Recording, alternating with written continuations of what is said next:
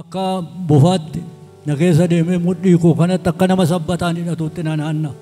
Yeroo immoo achiin naa ka'u qorara koo keessa dugda koo keessa deemee uruusaa gaafa inni natti dhaabbatu waraansi laphee kootti jalatti na dhaga'ama. Dhaqeet harka koo keessa na ka'a innaa iddoo kana dugda duuba sanan dhaabadha. Utoon isaan biran iddoo kana hin ga'iin asii ol laguuruu calqabe.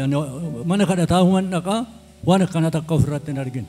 Dhiibbaan ishiin mirgaa paarsentii 26 qaqqabdeedhani isheen bitaa immoo paarsentii 16 qaqqabdeedhani kana umuriin kee jirutti qorichaan fayyadamtaa qoricha dhaamnaan ija kee dhabdaadhaan qoricha kanan fudhachaa jira.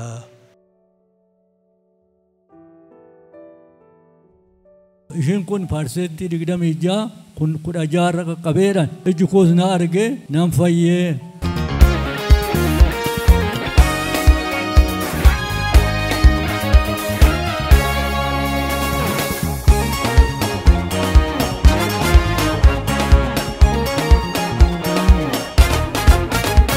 Abbaan keenya maqaan keessan eenyudha isarraa dhuftan? Dheeressaa Galataati godina Amboo aanaa Jibaata.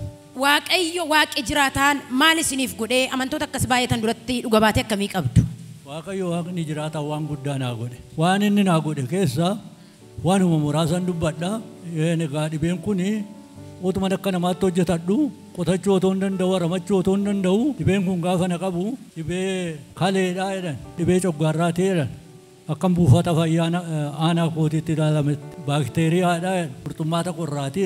Isa kana qoricha nan fudhadhaa mana dhuunfaas nan naqaa buufata fayyaa naannoo koo jiru kan mootummaas nan naqaa homaa qorichi kun na fayyisuu hin dandeenye. Utuma oliif gaddeemu godina Amboos dhufee marmaraan ilaalame iddoo dhuunfaattis ilaalame akkasumatti naa dabarsanii qoricha man fudhadhaa qorichi kunumaa nan dandeenye na fayyisuu. Ammaan immoo qaama koo keessatti wanti ta'e akka buufaatti na keessa deema. Handhuura koorraa na garagala akka buufaatti na keessa deemee mudhii koo kanatti akka nama sabbataan hidhatuutti nanaanna. Yeroo immoo achiin naa ka'u qorara koo keessa dugda koo keessa deemee qorara koo walakkaa gaafa ga'u uruusaa gaafa inni natti dhaabbatu waraansi laphee kootti jalatti na dhaga'ama. Dhaqeet harka koo keessa na ka'a hidda morma kootii qabatee bukkee lamaaniin mataa na ba'a akka hangati gittirii na godha mataan na bowwaafata.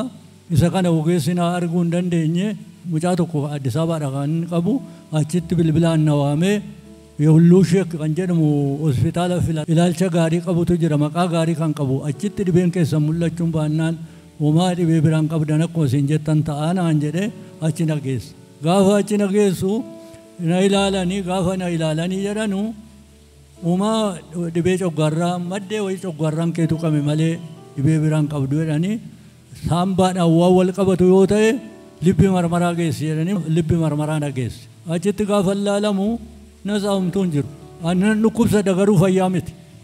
Ani garuu fayyaa koo miti. Qaamni koo muluun illee iddoo na dhukkubu kanan na dhukkuba jedhee adda baafachuu hin danda'u. Qaamni koo muluun dhukkubsataadha. Kadhata marsaa meeqaffaa gara kana dhuftanii namni Waaqayyo maal isiniin jedhan ergasii maaltu isin irratti ta'e? Kadhata marsaa 18ffaarra asitti dhufte. Gaafa asitti dhufnu daka sana teenya. Achii taraadhaan kaasanii fidanii iddoo kanaan dhugaan. Innaa iddoo kanaan dugda duuba sanan dhaabadha. Utoon isaan biran iddoo kana hin ga'iin asii ol laguuruu calqabe. Mana kadhataa human dhaqaa waan akkana takka ofirratti hin argine. Asii ol laguuruu calqabe. Nan salphadhaa jedheetani nan ciniinnadhaa waan angoon dhabaa. Utoon mana akkas jedhu wanti ta'e sammuu koo kana keessa narra deemu asirra na deemu. Nan akkanan xaragadhe humaa qabuu hin dadhabe. Ammas akkanan xaragadhe humaa arguu hin dadhabe. Sadaffaa akkanatti xaragadhee numaa dhabe uma deema wanti ta'e zimmeedheen qaaneffadhee saba kana qaaneffadheen zimmeedhee harka koo dachaafadhee dhaabadhee otuman dhaabadhu inni asii ol laguuru suni na dhiise. Innaan iddoo kana ga'u na tsaakooti. Dhibee ijaatiin nan dhukkubsadha. Dhiibbaa dilaakooma. Dhiibbaan ishiin mirgaa paarsentii 26 qaqqabdeedhani isheen bitaa immoo paarsentii 16 qaqqabdeedhani kana umuriin kee jirutti qorichaan fayyadamtaa qoricha dhaamnaan ija kee dhabdaadhaan qoricha kanan fudhachaa jira. Qorichi kun immoo sadiitu naa kennama ji'a 3f jaansaan naa kennama shinxinnoon guddaan. Isa kana guyyaatti yeroo 3 itti cobsadha. kana dhaamnaan agartuu kee dhabdaadhaan tokko kana deebi'ee immoo dhibee coggaarraa dhibee qurxummaata qorraa dhibee baakteeriyaa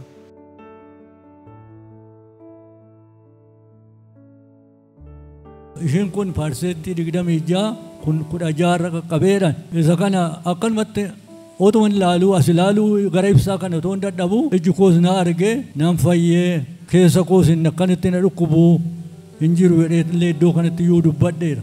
Kan inni firaashii irra ciisuu hin dandeenyeen iddoo kanatti dhagaa kana gubbaarra sa'aatii 2 wayii boqonnaa nuu kennanii otoo kadhatanuu turaniiti dhagaa kana gubbaarratti hirribni na fudhate nan rafe gaafumsa nan rafe. Duratti nyaata filadheen nyaadhaa iddanas ga'ee iddan daandiitti baheeyyuu maqaa waaqa kanaatiin kan hin manaa bahee otoo waan rakkatiin otoo filadheen nyaatiin mana kootii bahee warra du'aa wayii iddoo adda addaa waan deemellee akkam baheettan deebi'ee gala keessummaan koollee nama dhibaa filadhee nyaachuu hin danda'u mana namaati utoon akkanatti rakkadhu isa kanarraa waaqayyo na fure.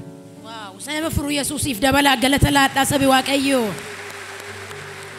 Isin ijji keessan sin dhukkubaa qaami keessan guutuun sin dhukkubaa doktariin dhukkuban qabdan siniin jedhaa isin garuu nagaan qabdanii hojjetachuu hin dandeessanii nyaachuu hin dandeessanii kadhata marsaa 18ffaa gara kana dhuftanii isinii kadhatame waaqayyo nagaa keessan guutuu godhe isinii deebisee gooftaa keessanii maal jechuu jaallattu? Ani waan biraa waan an jedhu qabu jilba kootiin deemeetan saba kee fuulduratti dhugaasii baayaa waaqayyo yoo ati kana narraa hiikte jedheetanii dubbadhee jilba amma jilba kootiin deemeetan waaqayyo dhugaa sabi waaqayyo gadi jedhaa gooftaa jabaa kanaaf galata ilillee danuu Yesuusiif isa nama hiiku isa nama gargaaru Yesuusiif galannaa ta'u.